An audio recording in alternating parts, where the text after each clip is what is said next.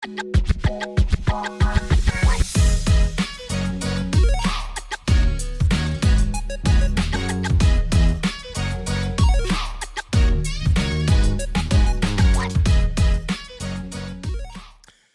what's going on, y'all? It's episode 23 of the Merce and Nurse Show. What are you doing? I was trying to look at All my decorations I put I up. was trying to look at myself in the. You're in and the camera. I Perfect. You can't. because the lens is blocking the How thing. funny that I can only see Noah on the camera, not me. I want to make sure. Well, it was you know, if you were to watch our stuff, later, if you listen to us, you'd be seeing us. You'd be seeing you in there.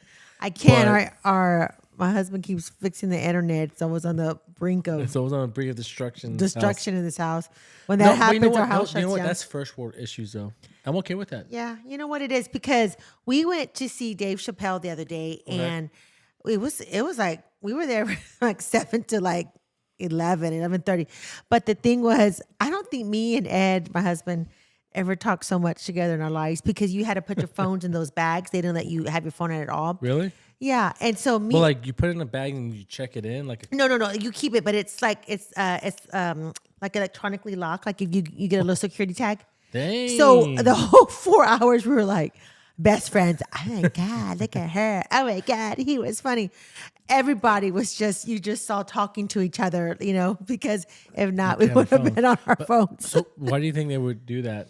I think also, I heard that a lot of, that some certain artists are doing that. I'm sure it's a cost for Chappelle to do that extra. Yeah. But also, he does have a Netflix, what do you call it? Like a contract? Or? Yeah. And so when it started, it had the doom. So maybe this, but yeah, okay, it was funny. And then you can go to certain areas. If you had to use your phone, they'll unlock it and you can talk. But I was like, it was just weird, but I kind of liked it. I don't know. I liked it. Well, I mean, you think about it, piracy.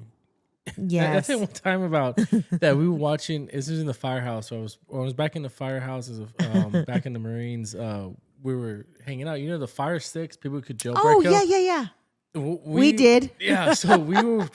No, we didn't. No. We were watching the new Conjuring movie that came out. We're like, hey, let's all watch it. So we got into our little day room, like a bunch of couches and stuff, right? And so we're like, all right, we got popcorn, and it's a weekend. We're gonna watch it. We put it on because it was still in theaters, right? Yes. And it came out, and you just saw like the camera moving up and around, and then, but the worst part is on the theater it's a movie theater, and it says El Conjuro, and we're like, did we get the Spanish version? What are we? But no, it's funny because piracy. Some people actually record shows. Y'all were a little younger. We were at my father-in-law's house, and my brother-in-law he's a movie buff, and he had a movie. Anyways, I never knew when they said they would record movies. I don't know what I thought. I thought they kind of broke into the studio with site and got it. So and it was good. It's the one, what is his name?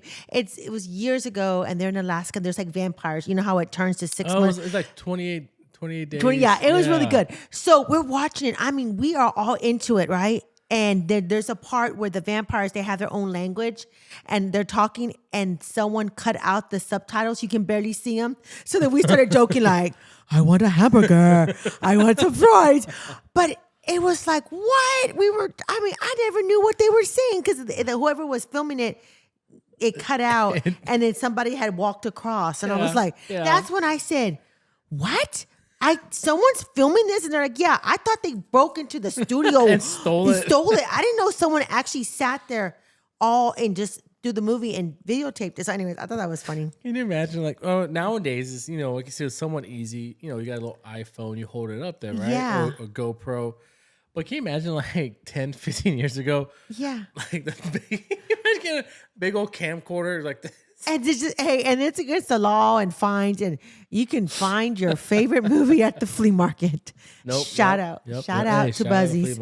Any movie. Oh man, so I think this episode, we kind of, because this past week, I've already been working almost 10 weeks now into the ER, and dude, this past week we had a code. Right. And it was a pretty gnarly, pretty nasty code. And it got me thinking, because, when it was over with, I was talking to one of my nurses, and, we're not making jokes about, you know, the person, Yeah. but about, you know, the situation of everything that's Yeah. happening, Yeah. right? We're making fun of one of the techs because she's a little short Yeah. and the bed was so high and she Yeah. was on the steps so trying and she was trying her best to Yeah. do Yeah. compressions and we were joking about stuff like that. And nobody thought to say, "Hey, Lisa, let me take over. You can do something else." Well, But no, I know yeah, everyone has their no, jobs. yeah, we're all going wild Yeah. and like we're in a rotation of like it was a really crappy situation. Like Yeah. where it happened, Yeah. and, it was they have this big old. It's called a C arm. It's like it's a continuous CT because they're in a cath lab, and so Yeah. they need to see what's going on, right? So Yeah. so much radiation is just getting pumped to all our bodies right now. I'm sitting there. I'm like, I don't have a gown. You're glowing. I, Glow stick. Well, that one tech, she's like, she didn't have a lead gown the entire time we were in Yeah. there. And afterwards, she was like, "Well, I guess I'm gonna be glowing like glowing green tomorrow, guys. If I come in and look like Marvin the Martian, and you know what's going on over here." But yeah, no. So we you know, trying to make light of the situation, trying to deal with it in our own little ways, and I was talking to her. I said, like, how do you deal with it? And because, you know, it got me thinking. And she goes, well, I talk about it, but I make jokes. Like, that's my thing. Dark humor thing, like, you know, gets me through it. And I can, you know, I know all of us have our own little ways of how we deal with our own personal issues, personal stuff. Yeah. But so I never really, that was it. I just came home. You know, you saw me. I was just like, hey, guys, my daughter came to hug me. Like, hey, I got like blood on me. Like, let me go shower, change. And I came down, I ate, and just went to bed. But the next day, we had breakfast in the morning. Met my grandma and my grandpa, and we were talking, and I told them everything. And dude, when I was like talking to her, like I started like choking up a little bit. Yeah. And I was like, why am I choking up? Yeah. Because like it was weird. Because I was like, you know, like you're doing all you can, right? And what sucks is like if you ever been in a code, or those who haven't, when you get to the very end to where like the doctor's like, all right, like we've been going so long and there's no signs or whatever of like, you know, of the good ending, right? Yeah. So the doctor would start from the beginning of like, this is so and so, they're here for this, this is what's going on. This is how long we've been doing CPR. This is how long we've had this rhythm. This is what we're seeing. This is medication. I mean, he goes from top to bottom, every single thing we've done. Who is this patient? Excuse me. And then he asked, does anybody have any recommendations to what else to do? And, you know, by that time, I was like, no, like, that's it. And then at that moment, he goes, okay. He calls the time of death. And he says, we stop it. Yeah. So, but it's like a good, like, almost 30 seconds of he's talking everything about this, right? Dude, like, so I was the last one doing compression. So I was up there going to town, right? It's because it really sucked because of how high the table was for the surgeons. We had to have a stool, and even with the stool, we couldn't get a full, like, right over the patient. You know what I mean? So we're just doing like just triceps pushing. Yeah. Dude, like, first off, I mean, afterwards, I was like, damn. Maybe I was like, dang. Like, maybe they should do like an exercise class like that, you know, like. Well, I mean, it's just crazy because, you know, I've done compressions before. Yeah. To where you actually do good compressions, you know, to where you're over the body. Because you know how you're supposed to do when your arm's supposed to be locked out. Yes. And you just use your, you know, your back. Yeah, up and down, right? use your back to. Well, this one we couldn't. We had to use our arms because the body was so far. It was just a really bad situation, right? Yeah. Anywho, like it was one point that we're just doing one-handed compressions because the arms right up the big old C arm. Yeah. And so you're right here and you're just conk. You keep hitting the thing. And so, and then the surgeons move the bed and so they move it. And so you're right here and they just move the bed and you're like trying to push. It was just hell. So anyways, like I was talking to her. I was telling my grandma, like, hey, like, you know, like, so anyway, so I was the last one to go. What I'm saying is, they finally pushed her up more in the bed more, so I had more leverage, and I was able to get on my tippy toes and get my back into it. And so I was going to town. Dude, I was in my head, I was like maybe 80 something compressions, right? I was counting. And the nurse is in front. There's another nurse in front of me. She's looking at me. She's an ICU nurse, and she's like, she's really smart. She's a critical care specialist. I mean, she has all these certs, right? But she's looking at me. She goes, And she, because she sees, I didn't know, but she told me afterwards that I was counting like out loud. I was like, Yeah. I was like mouthing. I was like, "One, sit down, and then Yeah. and then I'm bobbing as I'm Yeah. doing it, and she's looking at me, and she's doing, and she's bobbing with me. She's like, go Noah, you got this. And I'm like, and she Yeah. when she said that, I was like, and I started And going you're more. and isn't it weird? It's like you're just tunnel vision on her, right? Yes, I'm you're just- you don't even know what's going on. You're just Yeah. focused on And your yeah, compressions. Yeah, and so I'm trying, you trying your best not to get tunnel vision, right? Because you want to Yes. know what's going on. Yes. Like who's giving what. Yeah. Because sometimes they're like, hey, did somebody give bicarb? Who has epi ready? Yeah. And you're like, they have one ready. You know what I'm trying to say? Like, Yeah. But anywho, so I'm right there, and then she's going with me, and then I hear the doc start saying the whole spiel, and I'm like, in my head, I don't know why, I'm just like, no, not yet. Yeah. Not yet, because I was going Yeah. at it. And then finally, he called it, and he said, stop compressions. And I just stood up. I was like, and I stepped off the stool, and I walked back, and they looked at me like, good job, Noah. You did really good. And so I started taking off my vest, and then I Yeah. looked down. I'm just, the vest caught a lot of the blood because it was coming back up the ET tube. Yeah. But the lead vest was just bloody. I was like, toss that, and I had some blood on my arms and my arm. Yeah. Luckily, I didn't have my face, but it was splashing up though. But anyways, So anyways, I was telling her all this, and when I was talking about the very last moments of that code, I was the last one touching her. Yeah. You know what I mean? Yeah. And then finally, I was the last one to stop. Of course, the respiratory is breathing, but Yeah. I'm trying to get that heart. I'm trying to Yes. pump blood for the body, right? Yeah. Because this is a whole nother concept right here. This is what irks me sometimes. There are some people that I've talked to about, CPR, compressions, Yeah. Like, oh, good compressions, you break ribs, blah, blah. And people are like, why would I want CPR if you do breaking ribs and stuff? And then statistically, 1 in 4 people who code in the hospital actually make it discharge. Yeah. I remember you told us that the That's other day. statistic. And people and some people are like, well, wow, that's so low. Like, why is that? Like, Yeah. like, why do you want to even go through all that stuff?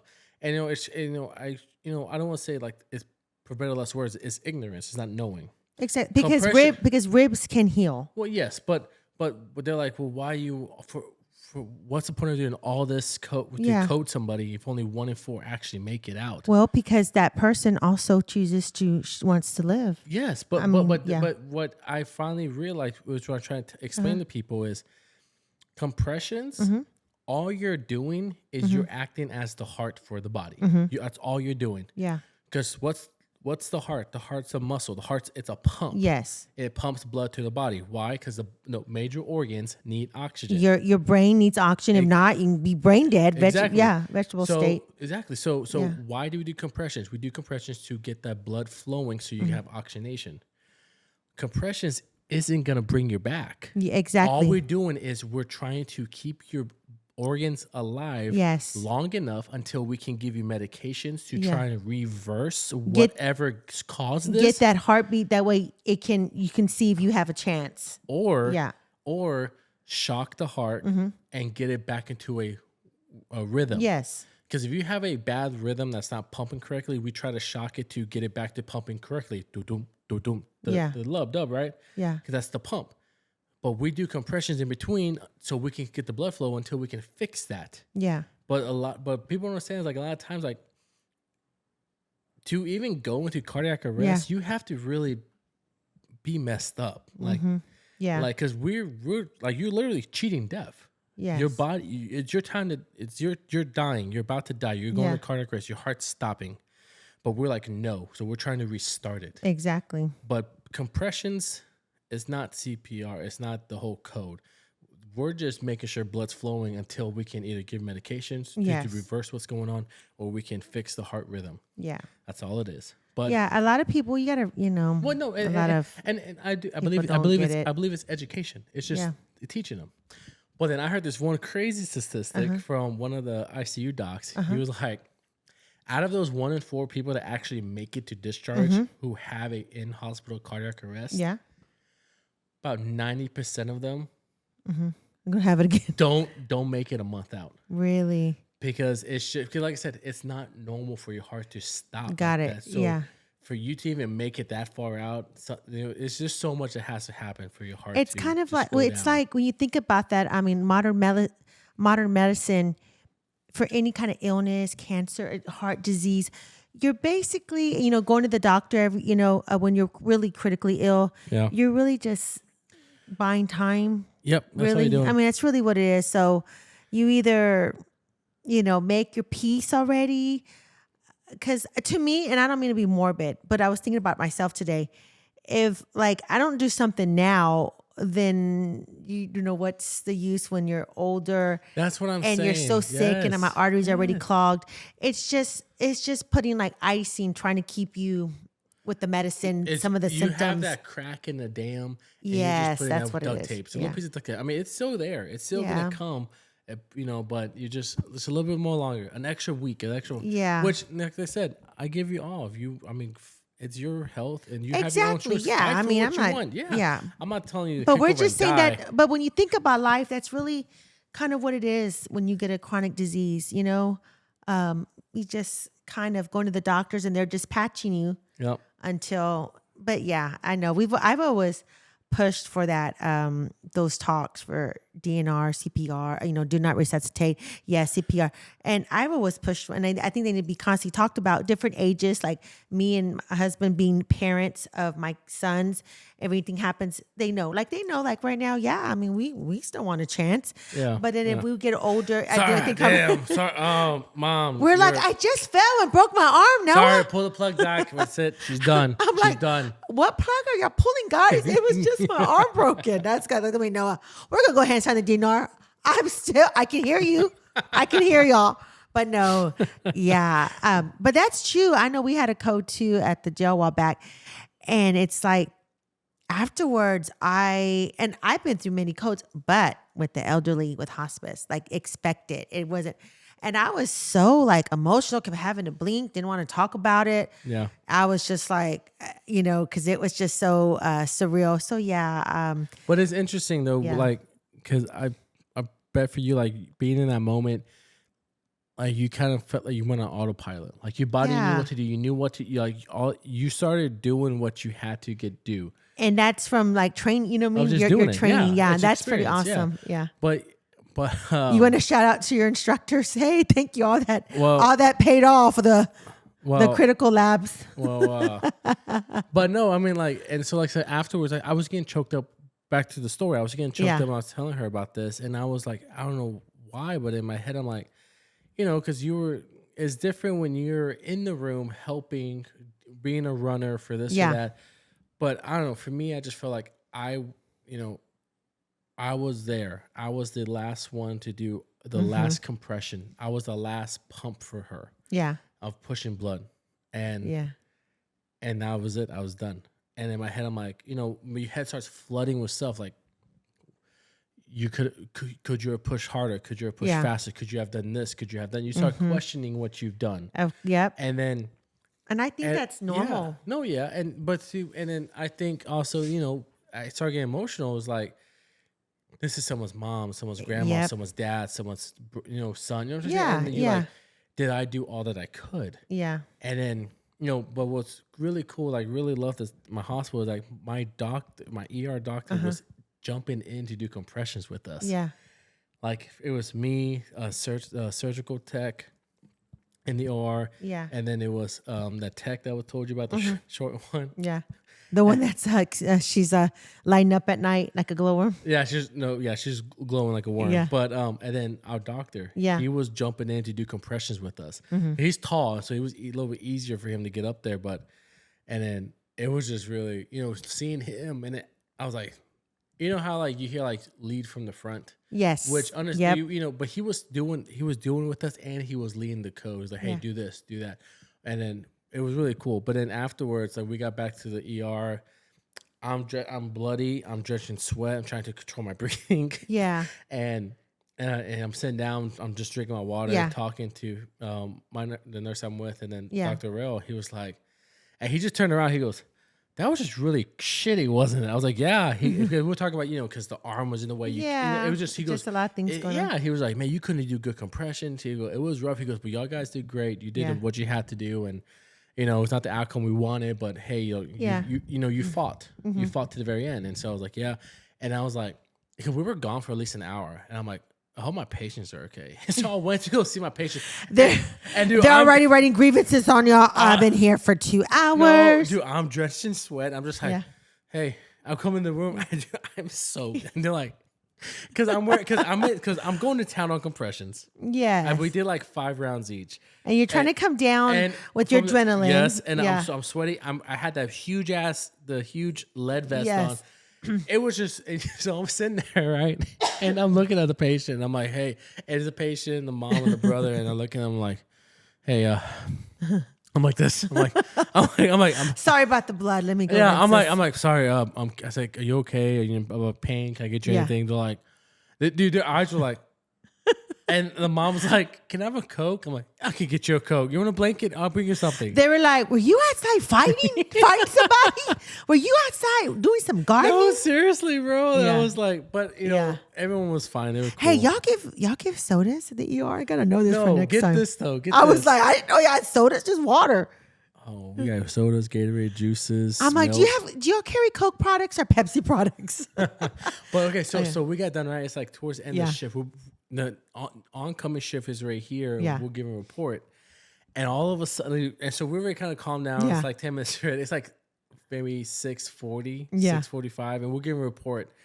And all of a sudden, we hear code blue medical floor, code blue medical floor room. So, and we're like back to back. And so I said, the oncoming night shift nurse is like, she was going to turn around and go. I said, no, I'll take it for you. Yeah. And so I take off and I grab the Lucas. Yeah. Because you can't take the Lucas into the OR. Yeah. Because it wouldn't work because they had the freaking C-RAM. So, but we're going to medical floor. We can take the Lucas. Yeah. Dude, I'm like, I'm not doing no more compressions right now. I grabbed the Lucas. Yeah. And we took off running like a slow jog. And because, you know. What does Lucas stand for? I was talking about that at work today. But, you know. The Lucas is the machine that they put over the person that is having a heart attack, their heart stop, and it does the compressions for them, and it's really, y'all need to look that up. It stands for the Lund University Cardiopulmonary Assist System. Okay. So I'm guessing it's got a little acronym. Who built it? Yeah. Okay. But yeah. So anyway, so we take off from where we are to the elevators to get up to medical floor. Yeah. It's a long hallway. It's on the other side of the hospital, right? Yeah. And so I'm start going. My nurse is behind me. She has the glide scope and one of the techs coming. And I say going. I'm like maybe 50 feet in front of them. I'm going, and I see the elevators open up, and the lab tech's already there to go up because everybody goes. Yeah. You know? So the lab's right there, and she looks at me. She sees me, and I'm like, I look back, and there's still good walls. I'm like, and she goes, "Are you gonna come?" I'm like, so I take off like almost on a sprint. I finally get there. And because there's only one strap to the Lucas, the other one's broken. So I'm just holding this is 45 pounds. You're like, don't fall, break. Oh my God. Yeah. So I finally get to the elevator. I'm like, all right, let's go. We get up to the medical floor, right? And we step out. And I look, right as we step out, there's 2 nurses giving a report right here. I'm like, what are y'all doing? Like, there's a code. Everybody goes to it, right? And so I turn and I look. And I see from the elevators where we pick the patients up, the ICU, the critical care team, one of our techs and somebody else, they all come out because we're all meeting to one area, right? And they're like, hey, they canceled the code. It was a false alarm. It was a patient got up because on the wall there's the assist buttons and stuff. Oh, okay. There's a code button, a blue and one. The patient hit it. The patient hit it. Oh my God. So we all got up there. I was just like. And I turned around and started walking back. I'm like, this is BS. You're like, I want to see this patient because they need to be schooled on this button. Yeah. And then so we got back and then, but it was on. We didn't have no other code. Yeah. But anyways, it was it was interesting. Let's say and so I started talking. I keep going off subject. Yeah. So I started talking. We left the restaurant. So I started talking to Sophie, my oldest. Yes. And she was like, hey, Dad, have you I don't know how she said it. She goes, have you ever seen anybody die? And I'm like, well, yeah, I've seen people die in the hospital. And I worked in ICU in San Antonio here. And she goes, like, how? And I'm like, well, some people just are really sick until where they come to end of life. Yeah. And that's it. And I said, but sometimes, we try to, bring them back and we try to, get the heart started. Yeah. Blah blah. She goes, oh. And I started saying just like this one lady that we had, and I was just, and even talking about that, This guy, like I was choking up Yeah. again, and I was like, I had to stop, and because it brought me back to that moment in my head of like Yeah. I was the last pump, I was the last one, and it just wasn't Yeah. enough. But so she was just listening, and I started going on rampant. I was like, I was like, baby girl, listen here. I said there is a lot of people, there's a lot of death. But if you can be the light in the dark world, I was going and deep. she's gonna be in 5th grade. She's like, I just wanted to know if you saw someone stop breathing. No, but yeah, I'm over here explaining like everything that's happening. She's just like, oh. That's why family members that have their loved one is in the health care, especially, and also policemen. I say that policemen, medics, paramedics, firefighters, nurse, anybody, CNAs, anybody, even, housekeepers. Cause like I'm saying, like, cause everyone's so close to everybody. Yeah. Yeah. When they come home and they make that comment or like, it's been a bad day. It's been a bad day. Cause we just, you always see basically like the SHIT show all the time. Well, I mean, also, But it's funny yeah. you say that because I was thinking about that on Yeah. the way to New Braunfels today. I was talking to Michelle about something, but I said, like firefighters, police officers, paramedics, nurses, like they see the worst of people. Yeah. Police officers, like, why do you call a police officer when something either is going on, Yeah. there's something dangerous, something's bad? Yeah. A bad situation. It's there's- never a good situation. Yeah. Yeah. And like same with firefighters. Someone's house on fire, some Yeah. kind of a medical emergency, Yeah. paramedics, same thing.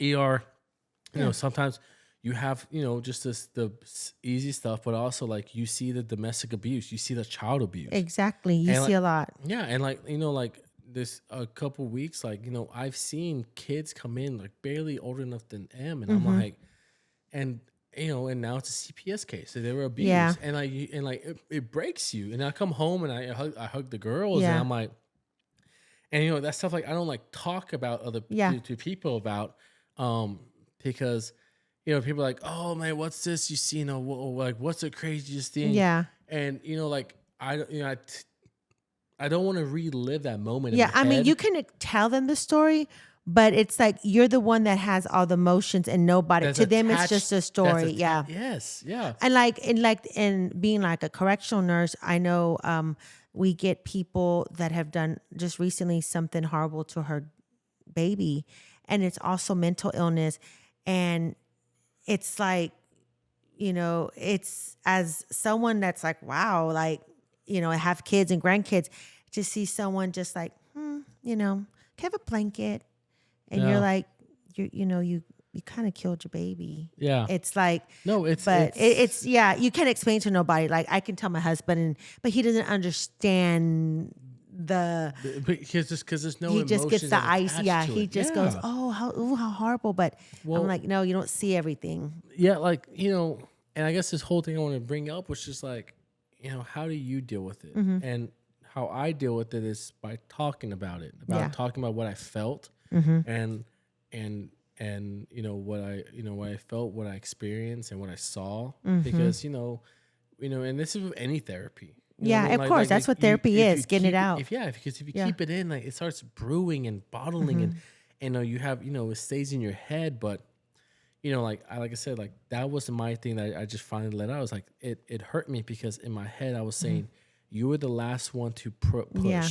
Did you do enough? And you start doubting yourself, and I'm like, and so how I dealt with it was talking to you, talking to grandma, and then just having that laughter afterwards. Yeah. Because sometimes you do get what's it called, dissociate. Yeah, You- yeah. you- Disassociation, Yes. right? Yeah. which is it's not It's- good, But I think your body kind of does that, as a defense mechanism. because if not, imagine it's just kind of like throwing shovel after shovel of dirt in a hole. I mean, you can't. Your human mind Yeah. you can't take all that. Yeah, And and you can get- then yeah. you hear people who like they lose it and they either turn to alcohol, drugs, and Mm-hmm. which actually it's a perfect segue to our next Yes. little that wasn't the segue music. This is the segue music, but to our next little segue for about this. Okay. All right, fentanyl and propofol found in the pockets. what does that mean? So there is a New Mexico nurse accused of pocketing drugs intended for his patients. So this is a nurse anesthesiast, so a CRNA, Yes. accused of diverting dangerous drugs like fentanyl and propofol from this patient for his own use. Oh my There's God. they have uncovered allegations involving this nurse, and he denied all of them. And the attorney saying this case is very weak, but there is multiple nurses and doctors who have seen this and told him, hey, like in-house, try to stop this. But now they finally brought it to light, and so the Board of Nursing, New Mexico Board of Nursing, initially offered to for some penalties for this. Just hear me out. This is crazy. Okay. So the first offer includes 28 days of rehab for the nurse, 5 years of probation, monthly reports from a supervisor, and a random drug testing 3 times a month to start, and then twice a month after that. But then that was a little too much, so they redid this. They redid the offer to settle with this nurse, which is 2 years of probation, quarterly reports from a supervisor, and the same random drug testing. And what did this? But the discipline will be attached to his license wherever he goes from now on, and the DEA made a statement that they want to tighten practices around drugs like fentanyl and propofol, and to see, Yeah, I'm gonna say this, and I'm not trying to be funny. If y'all know what type of job this nurse has, he's the one when you go into surgery that administers all your meds to put you under, so you will wake up. You know how you wake up, you're like, oh, it's done.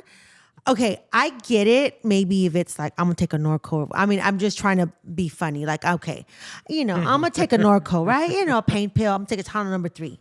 Maybe a Tylenol number 4. But if you're going to be taking some fentanyl, that's a different story right there. You may not wake me back up. I may have to see a priest before I go into surgery. And no, I'm sorry. Dude, yeah. I think you should be held to the high, I guess. And I know they have like, what is that? When you're nursing, you do drugs. What is that? I can't think about it. Where you going? It's I want to say PAP something. Is it like a It's like probationary kind of thing? It's like because Is it the way you can't like pull like narcotics? You have to have another. Yes, nurse but with I'm you? saying like at the nursing board, like doing for him, like they're not just gonna fire you. They're gonna give you a chance. You're gonna go to. Well, yeah, I'm like, you would think they would strip your license. Dang, You know what I mean? I mean that's. I mean, he's still gonna get the practice. That's what I'm saying. It just kind of seems like. But then I know people will be like, "Oh, well, what if that was you?" Like, well, I don't want to still fentanyl. No, like, I mean, being in like a nurse, doctor, any OR tech, that you are held to higher standards. Exactly. But then, like I said, and then this goes back to where for very first episodes that we did, who was the most trusted profession? Yes, it's nurses, and here we are, like. I mean, what if you think about it? What if that's your child going under and he or she's in charge of them, and pop some fentanyl an hour before? I mean, it's like you're not thinking right. No, exactly. Well, you know what's sad too? Speaking of nurses and drugs, I was drawing blood on this lady the other day and at jail, and I don't and I'm always talking to them. I'm like, so what did you used to do? And she goes, oh yeah, I was a nurse. I go, oh, and I was just teasing her. I said, oh girl, now I'm all nervous because I couldn't find her vein draw. I was like, oh girl, now I'm all nervous. And I said, well, where did you work? And she goes, in the OR. I went, oh, and I just kind of left like that, and it made me sad.